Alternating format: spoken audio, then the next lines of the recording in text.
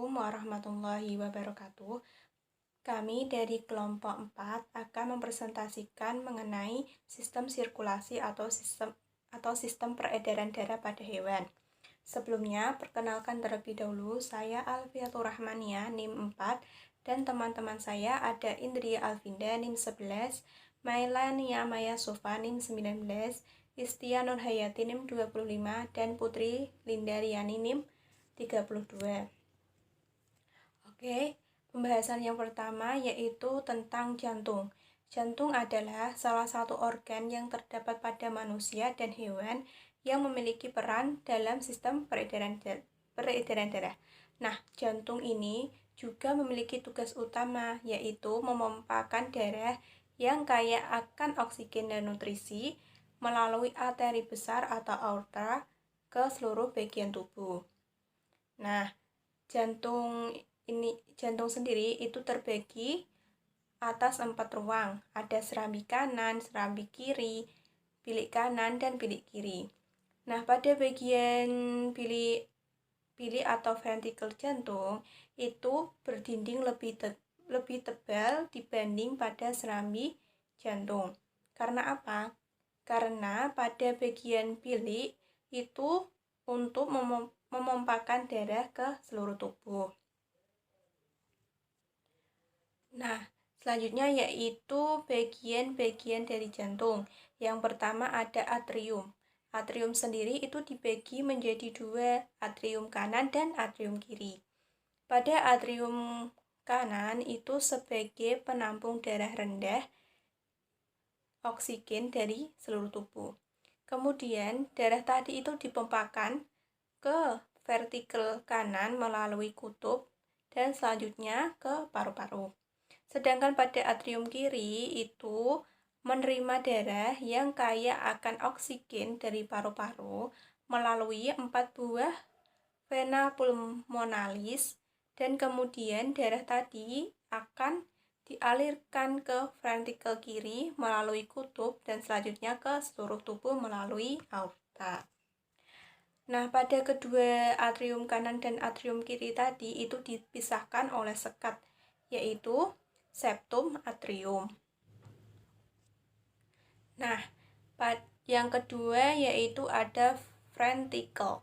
Ventrikel ini juga dibagi menjadi 2, ventrikel kanan dan ventrikel kiri. Pada ventrikel kanan itu akan menerima darah yang dikirim dari atrium kanan dan dipompakan ke paru-paru melalui arteri pulmonalis. Sedangkan pada arteri kiri itu ventrikel kiri itu menerima dari atrium kiri dan dipompakan ke seluruh tubuh melalui aorta. Sama, dari ventrikel kanan dan ventrikel kiri itu dipisahkan oleh sekat, yaitu septum ventrikel. Selanjutnya yang ketiga yaitu ada katup. Katup juga dibagi menjadi 2, ada katup atrioventrikuler dan katup semilunar. Yang pertama yaitu katup atrioventrikuler. Katup ini itu terletak antara atrium dan ventrikel. Pada katup yang terletak di antara atrium kanan dan ventrikel kanan itu mempunyai 3 buah daun katup atau trikuspid. Sedangkan katup yang terletak di antara atrium kiri dan ventrikel kiri juga mempunyai 2 buah katup atau yang disebut dengan mitral. Pada katup ini itu memungkinkan darah yang mengalir dari atrium ke ventrikel pada fase diastole dan menyegah aliran balik pada fase sistolik. Sedangkan pada katup semilunar itu terbagi menjadi 2, ada katup pulmonal dan katup aorta. Pada katup pulmonal ini terletak pada arteri pulmonalis dan yang memisahkan antara pembuluh dari ventrikel kanan.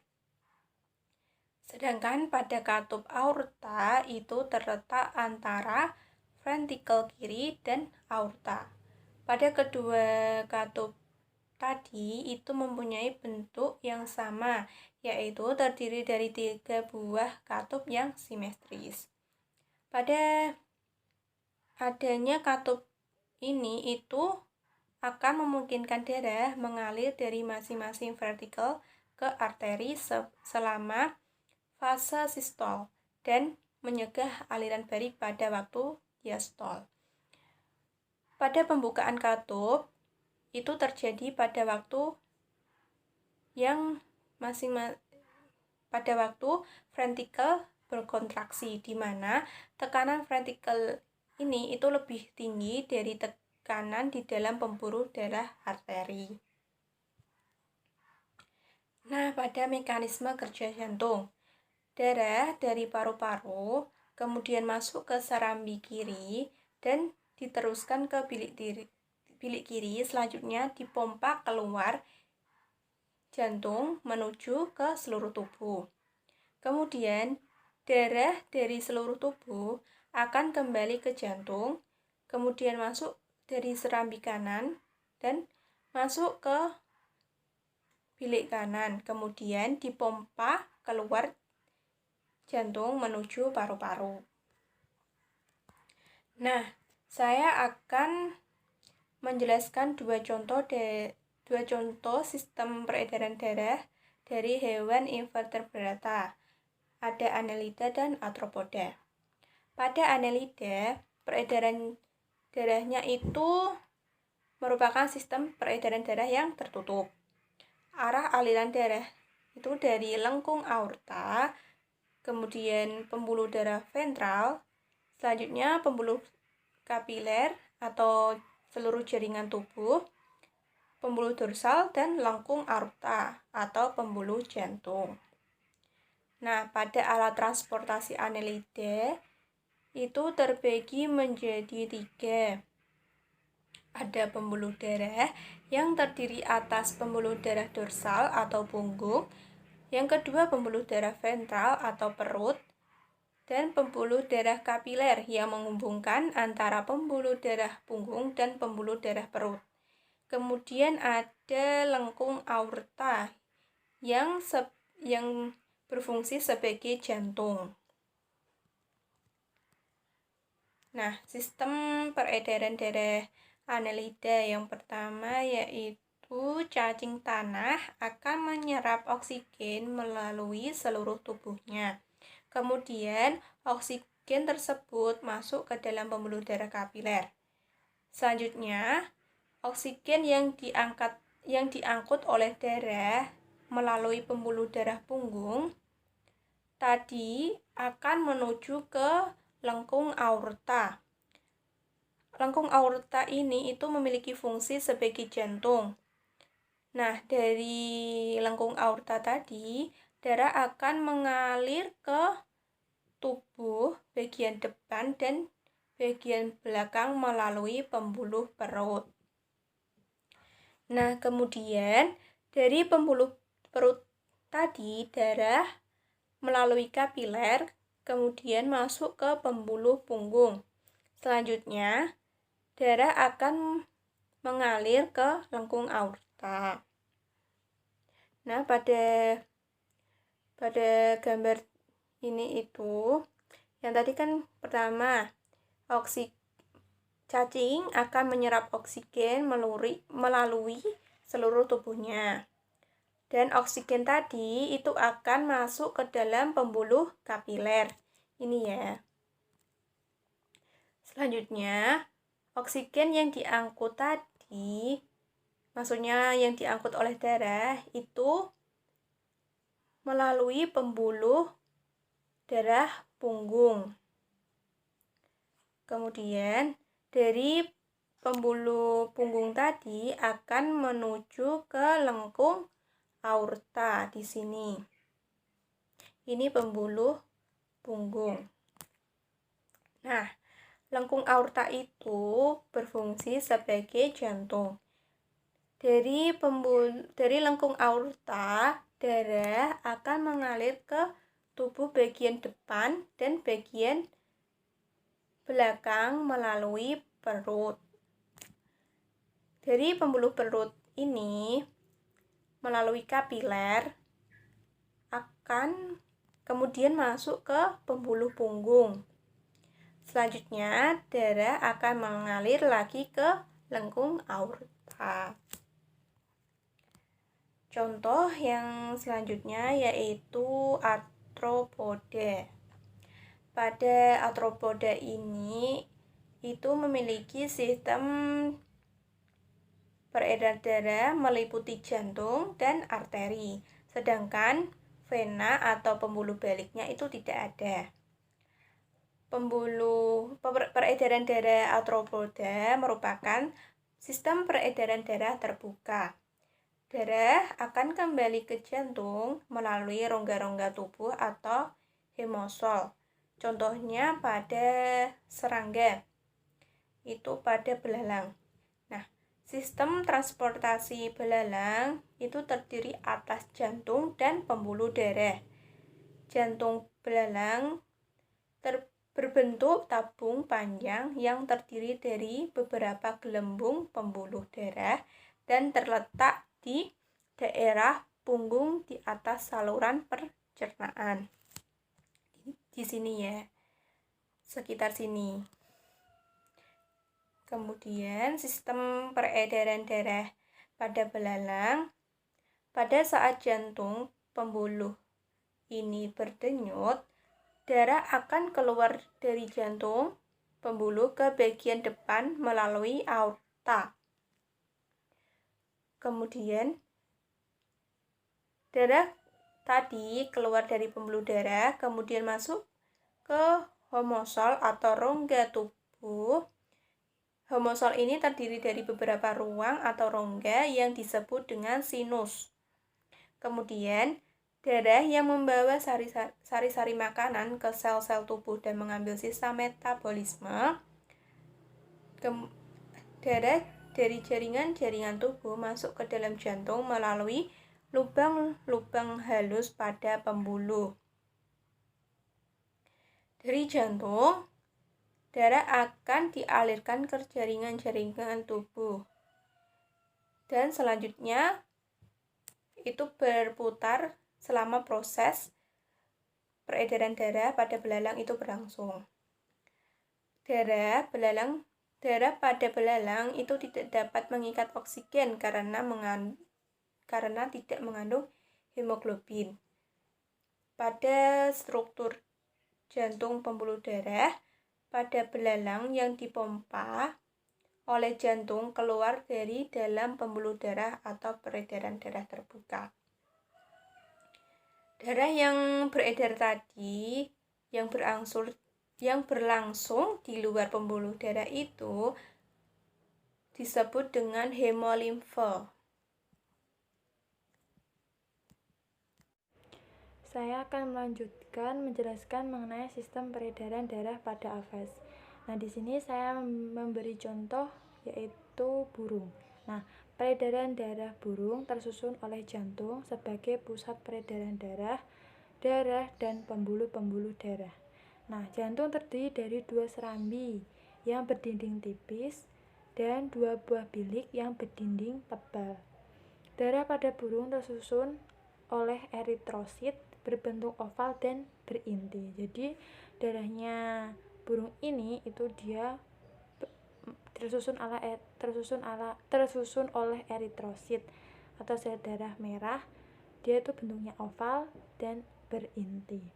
Nah, pembuluh-pembuluh darah dibedakan atas arteri dan vena.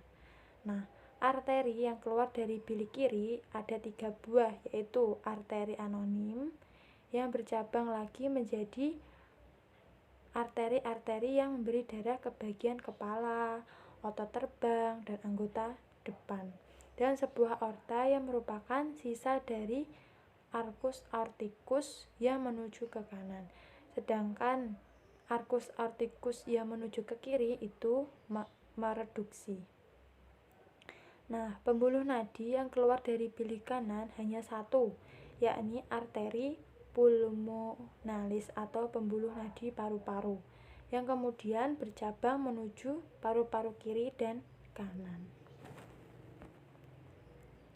Nah, ini ada gambarnya. Nah, jadi tadi di arteri itu dia kan ada 3. Ada arteri. Nah, di sini itu ada arteri pulmonalis. Nah, di situ dia itu keluar menuju paru-paru kanan dan kiri. Nah, sedangkan pembuluh balik atau vena itu dibedakan menjadi 3. Yang pertama, pembuluh balik tubuh bagian atas atau vena cava superior. Vena ini membawa darah dari kepala, anggota depan, dan anggota otot-otot pectoralis menuju jantung. Yang kedua, pembuluh balik tubuh bagian bawah atau vena cava inferior. Nah, di sini dia itu membawa darah dari bagian bawah tubuh menuju ke jantung. Yang ketiga, pembuluh balik yang datang dari paru-paru atau pulmo kanan dan paru-paru kiri serta membawa darah menuju serambi kiri jantung. Nah, ini. Nah, untuk venanya tadi itu vena pulmonalis, dia itu ada 2 ya tadi. Vena cava superior yaitu bagian atas. Nah, itu dia membawa darah dari bagian tubuh atas. Nah, misalnya tadi contohnya dari otot-otot, dari anggota bagian depan. Nah, itu yang kedua itu tadi itu pembuluh vena atau vena cava inferior. Itu dia membawa darah dari bagian tubuh bawah menuju ke jantung. Nah, situ bisa dilihat ya gambarnya. Oke. Nah, selanjutnya yaitu ada sistem peredaran darah mamalia. Nah, di sini sistem peredaran darah mamalia terdiri atas darah, pembuluh darah, serta jantung. Nah, darah mamalia ini terdiri dari plasma darah dan sel-sel darah, yaitu sel darah merah atau eritrosit, sel darah putih atau leukosit, dan keping darah atau trombosit. Nah, pembuluh darah meliputi pembuluh nadi dan pembuluh balik. Peredaran darah mamalia tergolong peredaran darah tertutup dan ganda. Maksud dari ganda ini, peredaran darahnya ada 2, yaitu peredaran darah besar dan peredaran darah kecil.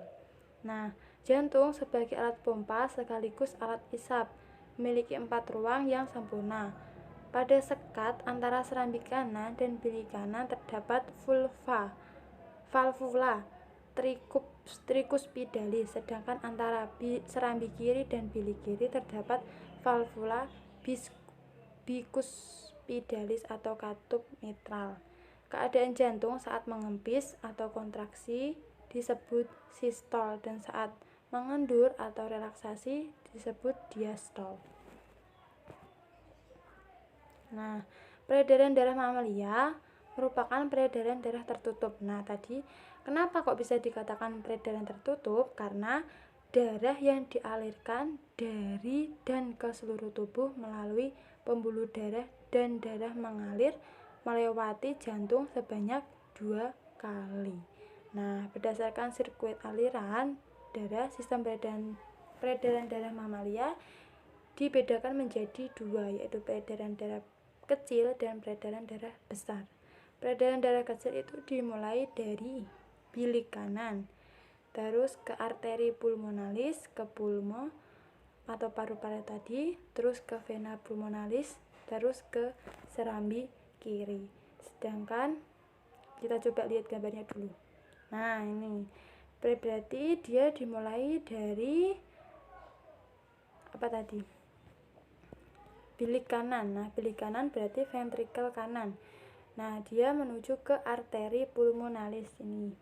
Arteri pulmonalis, terus ke pulmo, terus dia masuk ke vena pulmonalis, terus dia masuk ke atrium kiri. Nah, sedangkan peredaran darah besar itu dimulai dari bilik kiri, aorta, terus arteri, terus menuju ke tubuh, terus menuju ke vena cava, terus menuju ke serambi kanan.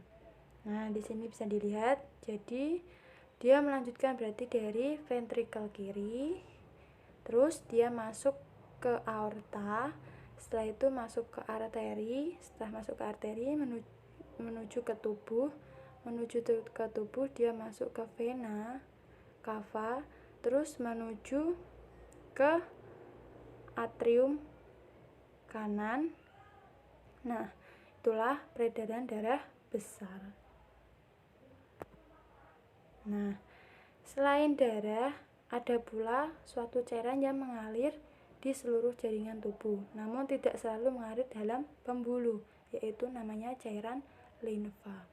Jadi, cairan limfa ini disebut juga dengan cairan getah bening.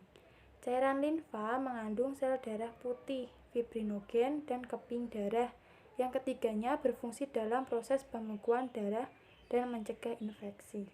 Nah, fungsi sistem peredaran getah bening yaitu yang pertama untuk sistem pertahanan tubuh, di mana dia itu kan mengandung sel darah putih atau leukosit. Jadi dia itu untuk kekebalan tubuh. Nah, yang kedua, mengangkut kembali cairan tubuh, cairan plasma darah, sel darah putih yang berada di luar pembuluh darah, dan mengangkut lemak dari usus ke dalam sistem peredaran darah. Nah, pembuluh limfa memiliki peredaran terbuka. Jika tadi peredaran darah itu dia memiliki peredaran darah tertutup, kebalikannya pembuluh limfa ini memiliki peredaran terbuka. Nah, alasannya mengapa? Karena pembuluh limfa merupakan pembuluh kecil yang ujungnya terbuka. Terdapat dua pembuluh limfa besar dalam tubuh mamalia, yaitu pembuluh limfa kanan dan pembuluh limfa kiri. Pembuluh limfa kanan berfungsi mengumpulkan limfa yang berasal dari jantung, dada, paru-paru, kepala, leher, dan lengan bagian atas. Sedangkan pembuluh limfa kiri berfungsi mengumpulkan limfa yang berasal dari bagian-bagian tubuh yang tidak masuk ke dalam pembuluh limfa kanan. Berarti selain berasal dari jantung, dada, paru-paru, kepala, leher, dan lengan bagian atas. Nah, cairan limfa dari kedua pembuluh limfa ini masuk ke pembuluh balik untuk dibawa ke jantung. Seperti itu. Oke, sudah selesai penjelasan dari saya. Nanti bisa dilanjut ke pembahasan selanjutnya. Nah, selanjutnya yaitu mengenai sirkulasi pada ikan. Nah, ikan itu merupakan salah satu jenis hewan vertebrata yang mempunyai peredaran darah tertutup. Peredaran darah tertutup itu maksudnya kandungan darah selalu berada di dalam pembuluh darah. Nah, peredaran darah tertutup ini ada dua, yaitu peredaran darah tunggal dan peredaran darah ganda. Nah, pada peredaran ikan termasuk peredaran darah tunggal. Kenapa? Karena peredaran darah pada ikan itu hanya melewati jantung sebanyak 1 kali. Nah, jantung ikan itu terdiri dari 4 bagian. Yang pertama, sinus venosus, yaitu ruangan tambahan yang ada di dalam jantung ikan, berfungsi untuk menampung darah yang mengalir pada vena kardial anterior. Nah, bagian yang kedua itu ada bagian ventricle, merupakan ruangan dalam jantung ikan yang berdinding lebih tebal. Nah, ventricle ini hanya bisa menerima darah yang didistribusikan atau disalurkan oleh atrium saja. Sementara atrium itu merupakan ruangan dalam jantung yang berdinding lebih tipis. Nah, darah yang berada di atrium ini akan masuk melalui atrioventikular. Nah, bagian yang keempat yaitu ada bulbus arteriosus. bulbus arteriosus ini terdiri dari otot polos, vaskular, dan jaringan elastis. Nah, tidak berkontraksi secara berurutan dengan ruang jantung lainnya. Kemudian, bulbus arteriosus ini berfungsi sebagai reservoir tekanan antara kontraksi jantung.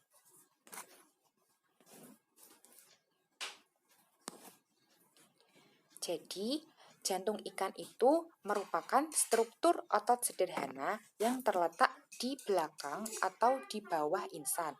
Meskipun ikan memiliki 4 bagian jantung, tetapi jantung ikan itu dikatakan 2 bilik. Tidak seperti pada mamalia. Kalau di mamalia itu kan jantung bisa dibentuk menjadi satu organ. Kemudian pada yang ikan ini tidak bisa dibentuk satu organ secara utuh karena pada jantung ikan itu bagiannya pada bulbus arteriosus ini terletak lebih di sini. Kalau atrium di sini, kemudian ventricle ada di sini. Nah, itu kan tidak bisa menjadi organ utuh gini ya, seperti jantung mamalia. Jadi jantung ikan dikatakan 2 bilik. Nah, sistem peredaran darah pada ikan itu cukup sederhana, yaitu terdiri dari pembuluh jantung, darah, dan pembuluh darah. Nah, peredaran darah pada ikan itu dapat diilustrasikan pada gambar berikut. Yang pertama dimulai dari jantung. Nah, pada jantung ini, darah ikan akan dipompa menuju ke ventral aorta. Setelah itu, darah akan dikeluarkan menjadi afferent branchial vessels. Dikeluarkan kemana? Dikeluarkan menuju ke lengkungan insan. Nah, ini nomor 2 merupakan lengkungan insan yang mengandung darah. Setelah itu, darah ini akan dikumpulkan menjadi efferent branchial vessels menuju ke dorsal aorta.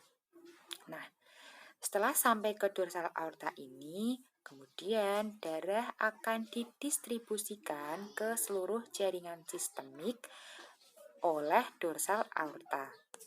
Nah, setelah didistribusikan, maka pembuluh darah ikan itu akan membawa darah ke seluruh tubuh. Sedangkan pada arteri ikan itu akan membawa darah yang mengandung oksigen dari insan ke seluruh tubuh. Nah, pembuluh darah akan terdioksigenasi kembali dari berbagai bagian tubuh pada jantung ikan. Nah, jantung ikan itu terdiri dari 4 bagian. Yang pertama, sinus venosus, yaitu ruangan tambahan yang ada di dalam jantung ikan, berfungsi untuk menampung darah yang mengalir pada vena kardial anterior. Nah, bagian yang kedua itu ada bagian ventricle, merupakan ruangan dalam jantung ikan yang berdinding lebih tebal. Nah, ventricle ini hanya bisa menerima darah yang didistribusikan atau disalurkan oleh atrium saja. Sementara atrium itu merupakan ruangan dalam jantung yang berdinding lebih tipis. Nah, darah yang berada di atrium ini akan masuk melalui anteroventrikular. Nah, bagian yang keempat yaitu ada bulbus arteriosus. Bulbus arteriosus ini terdiri dari otot polos, vaskular, dan jaringan elastis. Nah, tidak berkontraksi secara berurutan dengan ruang jantung lainnya. Kemudian, bulbus arteriosus ini berfungsi sebagai reservoir tekanan antara kontraksi jantung.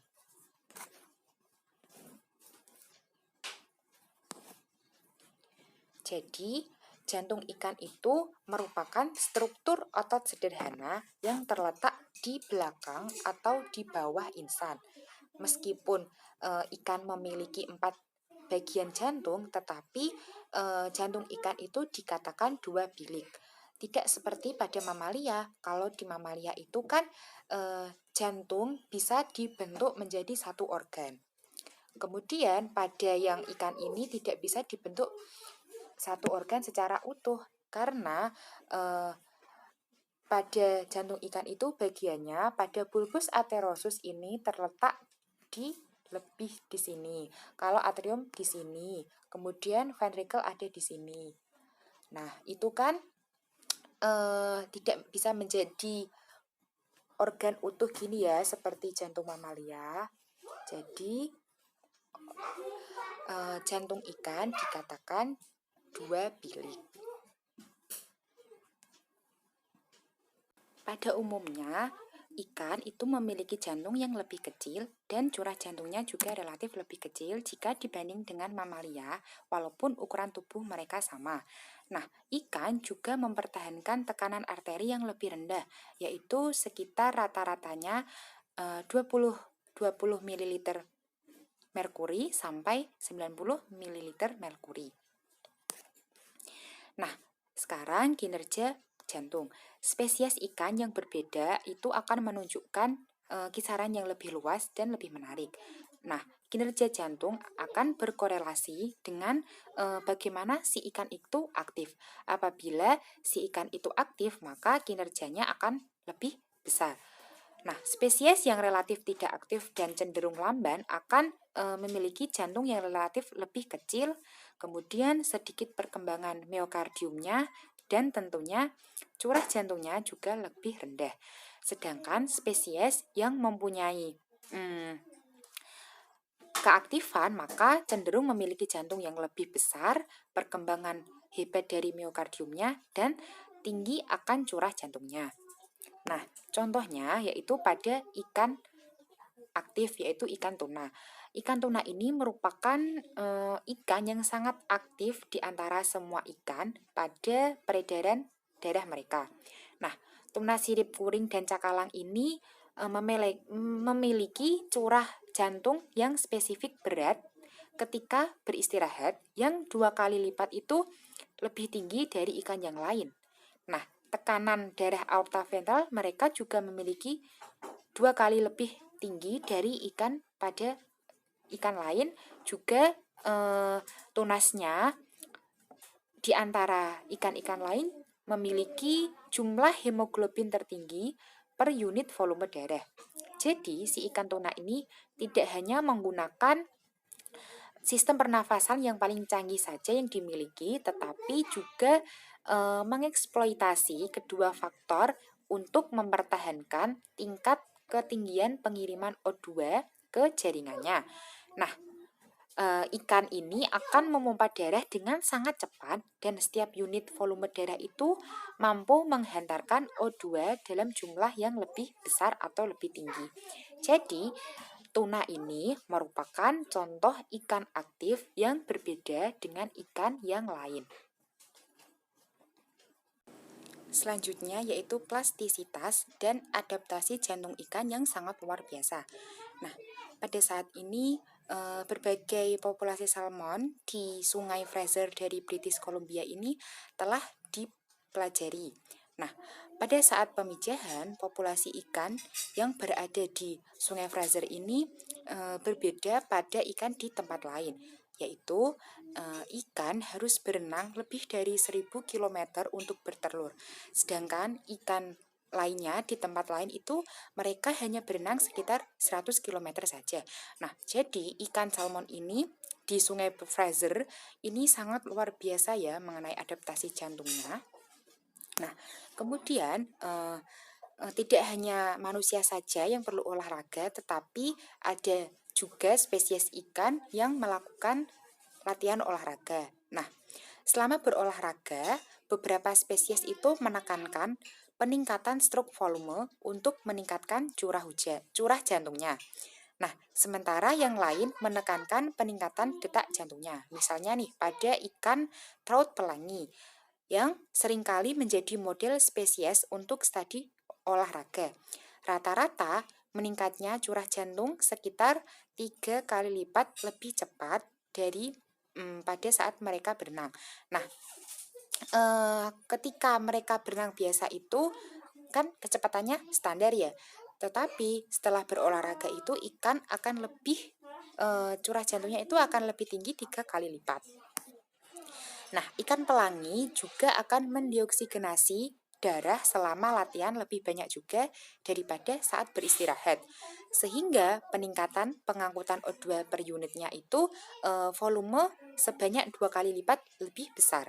Nah, kombinasi dari kedua efek ini memungkinkan si ikan pelangi ini dapat mencapai peningkatan kecepatan 6 kali lipat pengiriman O2 dalam peredaran darah. Nah, sekian presentasi dari saya, semoga bermanfaat dan mohon maaf apabila banyak kata-kata yang jelimet, banyak yang susah dipahami, saya mohon maaf ya. Semoga bermanfaat. Halo semuanya, di sini saya akan menjelaskan tentang sirkulasi pada amfibi. Nah, peredaran darah pada amfibi saya akan mencontohkan yaitu kata. Peredaran darah pada kata yaitu peredaran darah ganda karena darah melalui jantung yaitu sebanyak 2 kali pada saat peredaran darah kecil dan peredaran darah besar. Peredaran darah kecil ialah peredaran darah dari jantung menuju paru-paru, kemudian menuju jantung kembali lagi. Sedangkan peredaran darah besar yaitu peredaran darah dari jantung menuju ke seluruh tubuh, lalu kembali ke jantung lagi. Jantung kata memiliki 3 ruang, yaitu atrium, 2 atrium, dan 1 ventrikel. Jadi darah yang mengalir dari tubuh yaitu darahnya sedikit oksigen. Sedangkan di paru-paru yaitu darahnya banyak, oksigennya banyak. Dan terpisahkan oleh 2 buah atrium, tetapi keduanya bersatu dalam 1 ventrikel.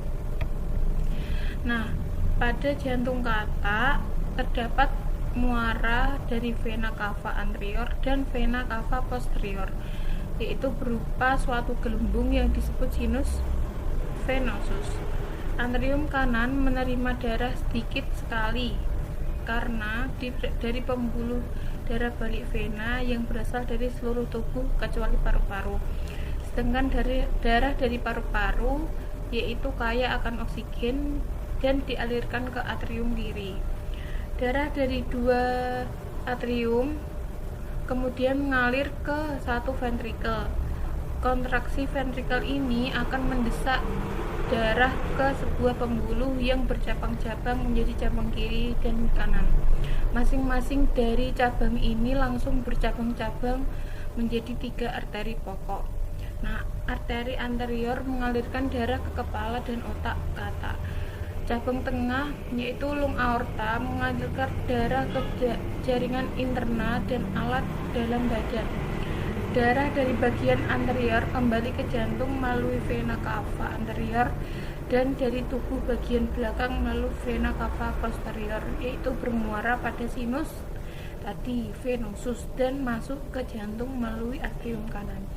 Sedangkan atrium kiri dimasuki oleh darah dari paru-paru melalui vena pulmoner. Ini ya gambar dari peredaran darah kata. Selanjutnya yaitu pada reptil. Nah, contohnya di sini saya mengambil kadal, yaitu mempunyai suatu modifikasi jantung yang lebih maju daripada amfibi. Pada jantung kadal, septum atau sekat membagi ventrikel secara tidak sempurna. Bila ventrikel berkontraksi, lubang pada septum tertutup sehingga ventrikel terbagi menjadi 2 kamar yang benar-benar terpisah walaupun sesaat. Ini mencegah pencampuran darah yang kaya oksigen dan miskin oksigen. Hal ini menyebabkan kadal digolongkan menjadi hewan yang mempunyai 4 ruang dalam jantungnya. Nah, reptil memiliki sistem peredaran darah ganda, yaitu peredaran darah ke paru-paru dan peredaran darah ke seluruh tubuh. Darah dari jantung dipompa oleh ventrikel kanan menuju paru-paru melalui arteri pulmonis. Selanjutnya, darah dari paru-paru masuk ke atrium kiri melalui vena pulmonalis. Dari atrium kiri, darah menuju ventrikel kiri, kemudian dipompa melalui aorta ke seluruh tubuh. Aorta bercabang menjadi arteri anterior menuju tubuh bagian depan dan arteri posterior menuju ke tubuh bagian belakang. Ini ya gambarnya teman-teman. Ini yaitu sistem sirkulasi pada kadal. Yang terakhir yaitu invertebrata dengan sistem peredaran darah terbuka dan tertutup. Invertebrata dengan sistem peredaran darah tertutup hanya terjadi pada beberapa kelompok invertebrata saja. Jadi tidak semuanya invertebrata itu menggunakan sistem peredaran darah tertutup. Yaitu contohnya pada moluska, kelas Cephalopoda, dan filum Annelida. Cephalopoda di sini yang dimaksud adalah kelompok yang aktif jika dibandingkan sebagian besar anggota filumnya seperti kerang dan siput. Maka saya mengambil contohnya itu ada gurita. Gurita memiliki sistem peredaran darah. Gurita memiliki sistem peredaran darah terdiri dari jaringan arteri dan vena yang luas keduanya dihubungkan oleh otot-otot lapisan kapiler. Selain itu, gurita juga memiliki jantung utama yang disebut sebagai jantung sistemik dan dua jantung cabang pembantu yang lemah. Nah, ini adalah sirkulasi peredaran darah dari gurita, yaitu yang pertama, darah masuk ke jantung sistematik dari insang, dipompa ke arteri utama atau aorta di dalam jantung, yang membawanya ke jaringan sistemik. Saat darah kembali ke sekitar jantung, menuju ke sini ya, itu vena utama terbagi menjadi dua bagian jalur simetris untuk diarahkan ke insang. Di dekat pangkal setiap insang terdapat jantung bercabang yang bulat. Nah, fungsinya ini untuk memompa darah ke pembuluh cabang aferan. Darah kemudian melewati kapiler insang untuk tiba di cabang pembuluh dan kembali ke jantung sistemik. Sedangkan pada cacing tanah terdiri dari pembuluh darah dorsal, pembuluh darah ventral, dan 5 pasang lengkung aorta yang berfungsi sebagai jantung. Sistem sirkulasi pada cacing sendiri yang pertama yaitu karena adanya kontraksi jantung semu atau lengkung aorta. Jantung memompa darah dari pembuluh darah dorsal ke pembuluh darah ventral, kemudian ke seluruh tubuh. Pertukaran gas pernapasan terjadi di dalam jaring-jaringan tubuh melalui kapiler. Nah, dari seluruh tubuh ini darah menuju dorsal tubuh kemudian baru kembali ke jantung. Selanjutnya yaitu invertebrata dengan sistem peredaran darah terbuka. Ada moluska dan juga arthropoda. Di filum moluska ini terdapat pada kelas gastropoda dan bivalvia. Contohnya di bivalvia itu ada kerang. Sedangkan pada filum arthropoda contohnya ada belalang, laba-laba, dan juga udang. Pada kelas gastropoda misalnya, kelompok siput, alat peredaran darahnya terdiri atas jantung yang terdiri dari arterium dan ventrikel. Nah, letak jantungnya sendiri itu berada di rongga perikardial dan pembuluh darahnya ini masih sederhana. Proses sirkulasi dari gastropoda sendiri dimulai dari jantung. Darah yang dikeluarkan oleh jantung akan menuju jaringan tubuh, di mana pada jaringan ini akan terjadi pembebasan zat makanan dan penyerapan zat-zat sisa. Darah kemudian akan mengalir kembali ke rongga perikardial untuk masuk lagi ke dalam jantung melalui ostium. Sedangkan pada kerang atau bivalvia terdiri dari jantung yang terletak di rongga perikardial. Nah, jantungnya ini terdiri dari satu bilik dan dua serambi. Bilik tersusun atas aorta anterior yang berfungsi sebagai penyalur darah ke kaki. sedangkan aorta posterior menyalurkan darah ke rektum dan mantel. Darah yang bersirkulasi di seluruh tubuh akan menuju vena yang kemudian diteruskan menuju ginjal. Dari ginjal, darah akan dialirkan ke insang, di mana insang terjadi pertukaran oksigen dan karbon dioksida yang dibawa oleh darah. Selanjutnya, darah akan menuju jantung dan kembali disalurkan ke organ-organ yang membutuhkan. Selanjutnya pada film arthropoda, yang pertama contohnya yaitu ada belalang. Sistem transportasi atau sistem sirkulasi darah pada belalang terdiri atas pembuluh beruas-ruas yang menyerupai gelembung-gelembung memanjang di daerah punggung. Tepatnya di atas saluran pencernaan yang disebut jantung pembuluh. Pada saat jantung pembuluh ini berdenyut, darah keluar dari jantung pembuluh ke bagian depan melalui aorta. Darah keluar dari pembuluh darah kemudian masuk ke homosol. Dari seluruh tubuh, darah masuk kembali ke jantung pembuluh melalui lubang-lubang di kanan kiri pembuluh. Nah, menariknya, darah belalang tidak dapat mengikat oksigen karena tidak mengandung hemoglobin. Selanjutnya ada laba-laba. Pada laba-laba, sistem peredaran darahnya juga menggunakan jantung pembuluh. Nah, letaknya di bagian dorsal tubuhnya serta arteri. Siklusnya sama seperti pada belalang, yaitu dari seluruh tubuh, darah dari seluruh tubuh masuk ke jantung pembuluh melalui lubang-lubang di kanan kiri pembuluh. Yang terakhir ada udang. Jantung udang terdapat di bagian cephalothorax yang berfungsi memompa darah yang dialirkan menuju arteri. Sirkulasi darah pada udang, mula-mula darah dipompa dari jantung melalui pembuluh darah menuju bagian bawah tubuh seperti bagian kaki. Darah dari bagian kaki akan mengalir menuju insang bagian kiri dan kanan tanpa pembuluh. Di insang, darah mengikat oksigen dan kemudian kembali ke jantung. Sekian presentasi dari kelompok kami. Kurang lebihnya mohon maaf. Wassalamualaikum warahmatullahi wabarakatuh.